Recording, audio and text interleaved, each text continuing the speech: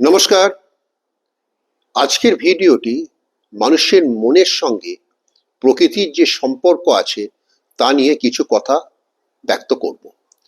আমি পূর্ববর্তী ভিডিওতে মানুষের মনের সঙ্গে মস্তিষ্কের কি সম্পর্ক, মানুষের মনের সঙ্গে প্রকৃতির কি সম্পর্ক এ নিয়ে আলোচনা করেছি। আজকে এক বাস্তব অভিজ্ঞতা নিয়ে কিছু কথা বলবো। লোনাভালা একটা সুন্দর জায়গা, সেখানে পাহাড় রয়েছে, সেখানে লেক রয়েছে, যেগুলি মনকে মুগ্ধ করবে। প্রকৃতির যে রূপবৈচিত্র্য এই লোনাভালায় আমি দেখে এলাম। সুন্দর জায়গা, সেখানে মন সত্যি ভরে যায়। সৃষ্টি অদ্ভুত। তাই এই ভিডিওটি এই সম্পর্কে কিছু কথা আমি বলছি।